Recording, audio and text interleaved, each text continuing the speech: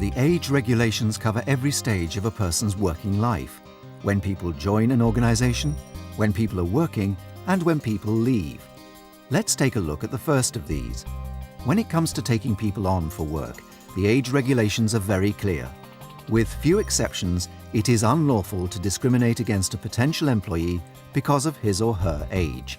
Quite often we ask things that aren't actually necessary. So, for example, we might ask for someone's age, we might ask for a detailed job history or education history. What in effect does is give someone a very good idea of how old they are and can lead to at least sometimes unconscious discrimination, but worse can just mean you can dismiss all the people that don't fit the very narrow age criteria that as a selector you might have in your head, either consciously or unconsciously. So from a legal perspective, unless you can justify having the question in there, it's worth thinking twice before putting it in your application form.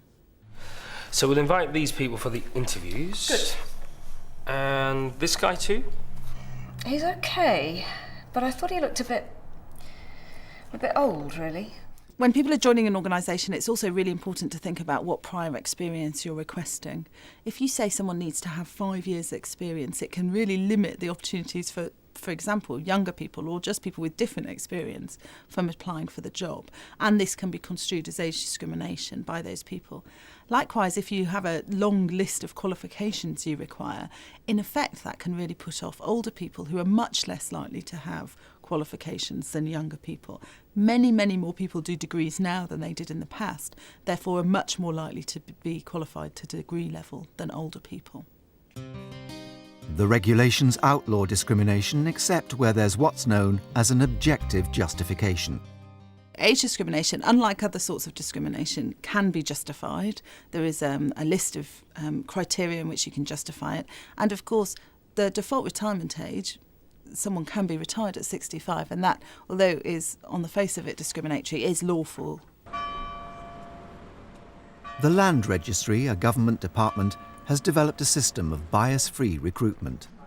I mean, the whole basis of our recruitment policy is to start with what are the jobs we need doing in the organisation. These are the jobs we've got, these are the jobs we'll have in the future. These are the competencies that we need for those jobs.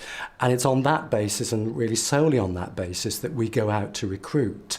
So our adverts aren't asking for people to have a list of GCSEs, qualifications of that sort. We invite people to a recruitment process that will test them against the competencies we've identified for the job. The age laws call for bias-free job adverts, bias-free application forms, and bias-free job interviews. I think it works that we can ask nice, broad, open questions that will allow the candidate to give us the evidence against the competencies that we're looking for.